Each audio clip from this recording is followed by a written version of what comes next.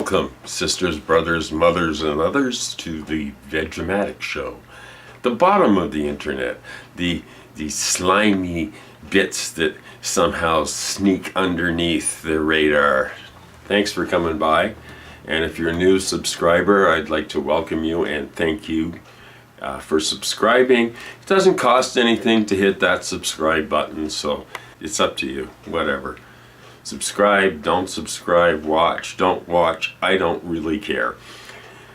Anyway, what's in the news? Well, this from DW, the German site. German police on Saturday arrested 30 environmentalists protesting plans to destroy Hambach Forest in the state of North Rhine-Westphalia. An Aachen police spokesperson said dozens of people were ordered to leave the area as an operation to clear out protesters entered its fourth day on Sunday.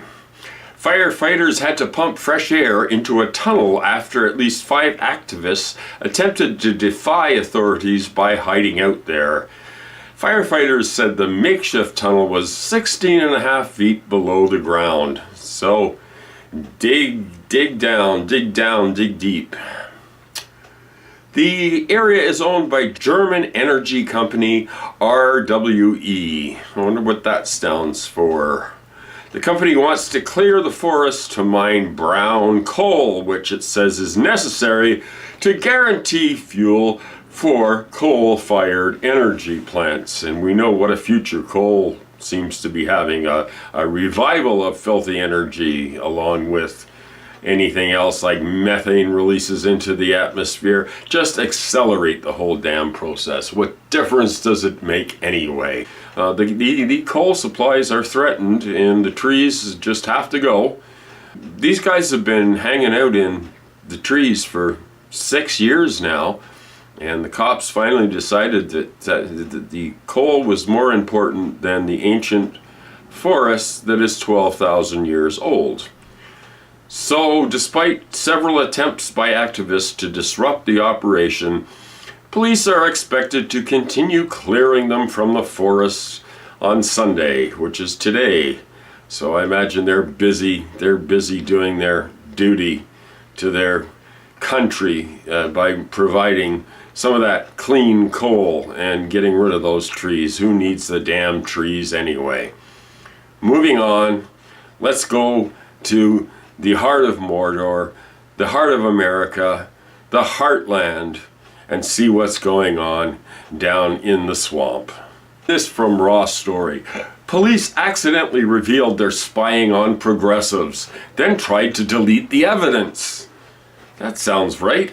The Massachusetts State Police accidentally revealed surveillance of progressive political groups in a social media post on gas explosions in Lawrence, North Andover, and Andover, Massachusetts. The police posted an image of 39 gas explosion locations, but the screen grab of the police computer included the browser's bookmark tab. The post showed police had bookmarked pages for Massachusetts Action Against Police Brutality. They want to make sure they can stay brutal, don't they? The Coalition to Organize and Mobilize Boston Against Trump, Combat, and other activist organizations. Can't have activists. Activists are dangerous to democracy, don't you know? Cade Crawford, Director of Technology for Liberty Program at the Massachusetts branch of the ACLU, slammed the revelation.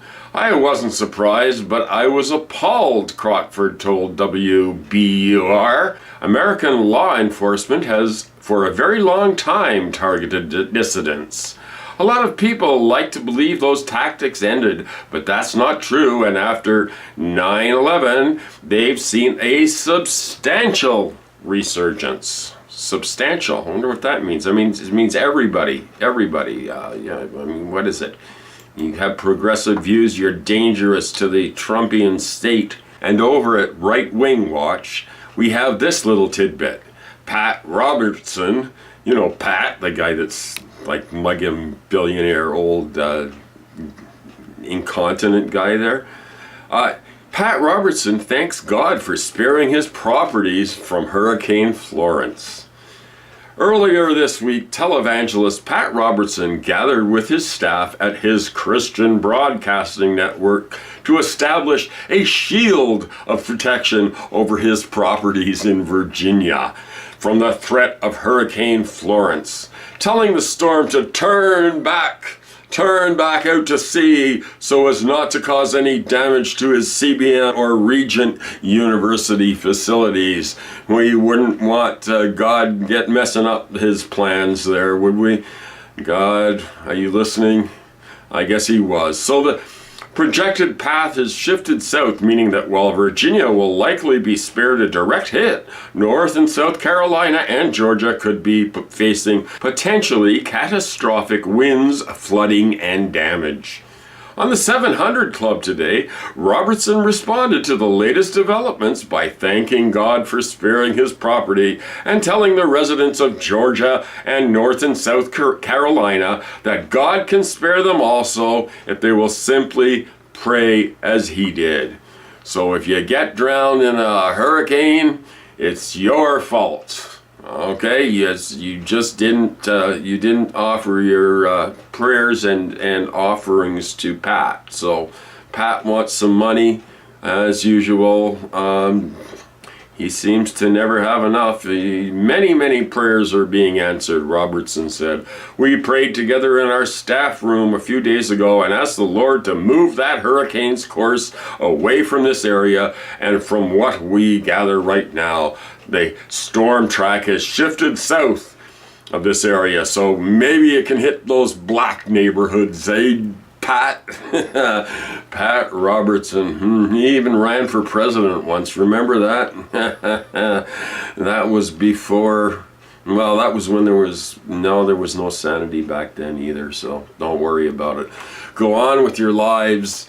Everything's fine, and if you're worried about climate change, don't. Just pray to God to fix it, and I'm sure he'll get right on it. And here we have something from Counterpunch. From CO2 to methane, Trump's hurricane of destruction. While the Trump administration swirls around in a vortex of tweets, lies, and Russiagate, one thing is for certain: we are all distracted and perplexed by the daily mayhem. Yes, Trump and his fossil fuel buddies are getting away with environmental plunder. It's surprising, isn't it? Unfortunately, Trump has moved beyond his wacky conspiracy theory and sparked a full-on assault on the environmental laws, science, and regulatory apparatus which act as our best hope to curb greenhouse gas emissions. This article is from Counterpunch by Joshua Frank. Very good article. You could go over and read it if you want to, or I could read it for you.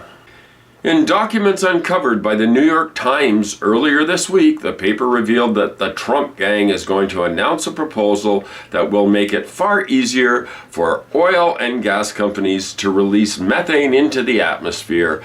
Trump's gaseous rollback would allow these polluters to stop monitoring and fixing leakage that originates from their pipes. Leaking methane is catastrophic, and by some estimates, the gas accounts for 1/3 of all warming from greenhouse gas emissions.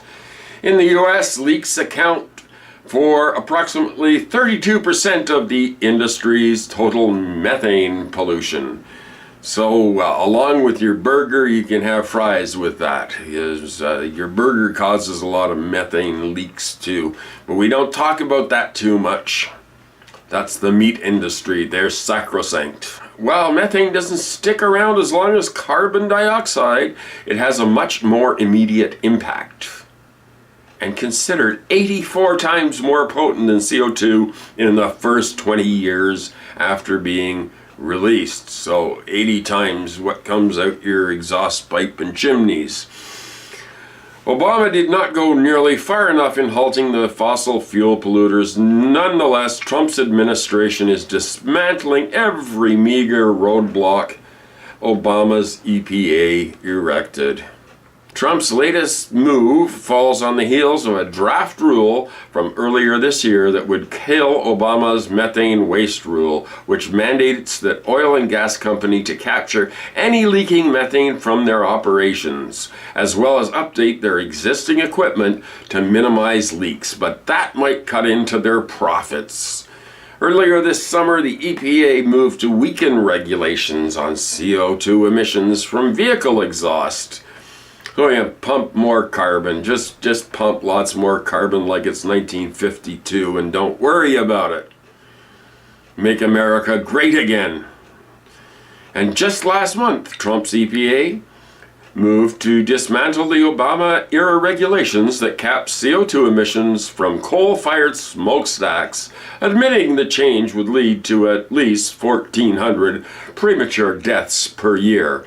But what are 1,400 deaths compared to profits? Profits, profits, profits. That's what makes America great. It doesn't stop there. In July, the Trump administration released a proposal that would remove key provisions from the Endangered Species Act, putting the survival of threatened and endangered species in further peril. To top it off, the brazen Bureau of Land Management is also totally foregoing the public's input stage that required before selling off public lands to oil and gas development. So you're not going to be allowed to even talk about it. Don't even mention it. Forget about it. Go about your lives. Turn on your television and don't worry. Everything's going to work out just fine. And in the monitoring Nazis department, a Border Patrol agent has been arrested for killing 4 women. A U.S. Border Patrol agent suspected of killing 4 women was arrested Saturday after a 5th woman escaped and notified law enforcement, who referred to the agent as a serial killer. Yeah, the best people. Juan David Ortiz, a supervisor for the Border Patrol, was arrested by the Texas Rangers early Saturday morning in relation to multiple homicides in and around Laredo, Texas. So there you go, some really fine people working for you. And speaking of deep in the heart of Texas, Texas fans turn on Willie. Country singer Willie Nelson was called just about every name in the book after announcing he's playing an upcoming rally for Texas Democratic candidate Beto O'Rourke. So they don't even like Willie anymore. And Willie was a bridge between the redneck world and the rest of humanity. And I love Rip Willie. You can't hate a man who smoked pot every day for the last 50 years and is like 9,000 years old and still performing. And he doesn't even suck as far as country music goes. I'm sorry if I'm offending any of you country western fans, but you turned on Willie just because. I mean, what do you expect? What you want Willie to get up there like and be on the same level as Nugent? Come on, we're talking a different class of music, not musicians, a different class of human beings, right? You know, Nugent is arguably human, I think. The last time anybody bothered to check. He certainly hasn't gotten much better at playing his guitar over the years, has he? And I see here in The Guardian, a member of Pussy Riot was flown to Berlin after suspected poisoning. In Russia! We like freedom of expression in Russia. There you go. The Pussy Riot activist, Pyotr Verzilov, has been flown to Berlin to receive specialist medical treatment after a suspected poisoning in Moscow. Well, Mr. Putin don't like no pussy rioting. Verzilov, one of the 4 members of Pussy Riot, who invaded the pitch dressed in police uniforms during the World Cup final in Moscow to prevent against excessive Russian police powers, fell ill following a court hearing on Tuesday and was taken to the hospital in serious condition. I believe he's their producer, was flown to Berlin after suspected poisoning. Verzilov had to be treated quickly outside of Russia. but other members of the protest group say they believe it is poisoning. You think so? Maybe? Perhaps? Putin doesn't like his pussy riot. No pussy riot in Russia. We have police state. We don't like a Russian pussy rioting. We like keeping pussy down in Russia, not rioting.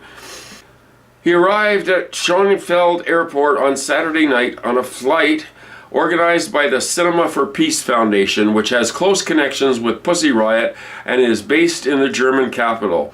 And you know, I never really heard their music until the other day. CBC Radio actually played something by Pussy Riot.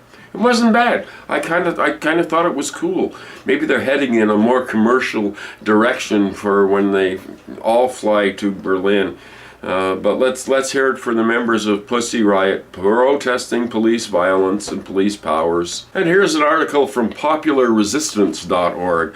Judge blocks Monsanto subpoena to collect activist personal information. Mega corporation, now owned by Bayer, has been taking a beating this year, both in the courts and the public eye. On August 10th, a jury ordered Monsanto to pay $289.2 million to a former groundskeeper who successfully argued that the company's flagship weed killer Roundup caused his cancer. A few days later, Monsanto lost its bid to keep glyphosate, the active ingredient in Roundup, off California's Proposition 65 list of carcinogens. It's good for you. Just breathe it in, folks.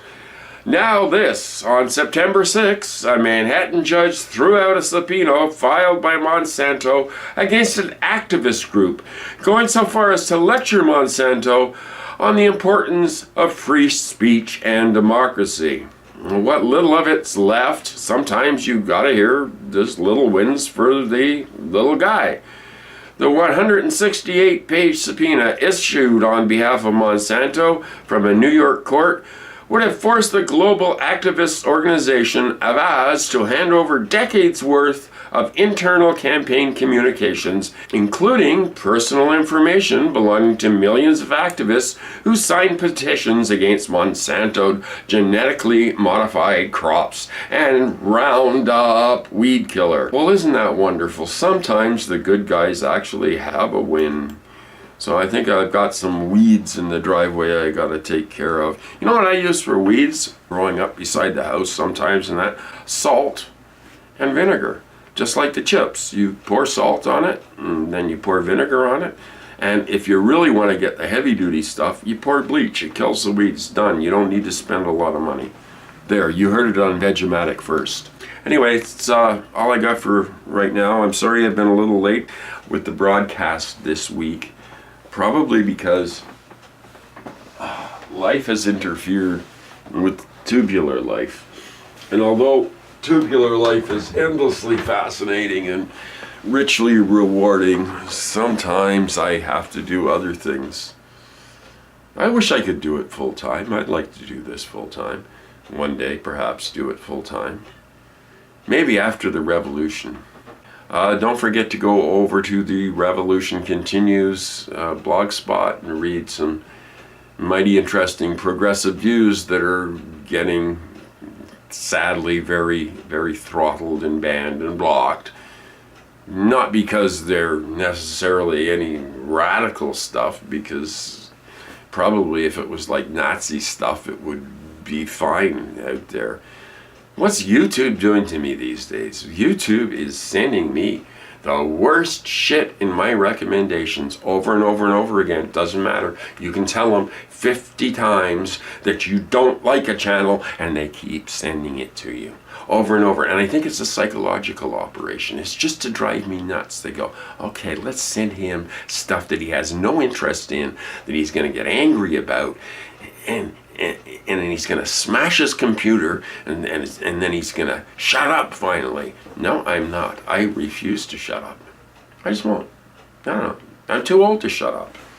I'll keep saying what's on my mind as long as I can say what's on my mind. And what's on my mind might not be any more consequential than what's on your mind, but at least you'll know that there are a few people out there who share in your misery at the state of the planet and would like to try and improve things a little bit, be a little kinder to people, and realize that that's not psychotic. That's the way we humans are really supposed to act. Much love to everybody. Leave your comments below. I read all the comments. I answer all the comments. And I listen to you guys, and I take advice from you guys. And my hallucinatory friends are the best friends that a man could have.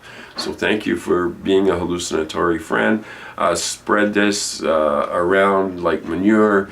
And hopefully I will get a few more views, a few more converts to this terrible radical site where he has radical, crazy ideas.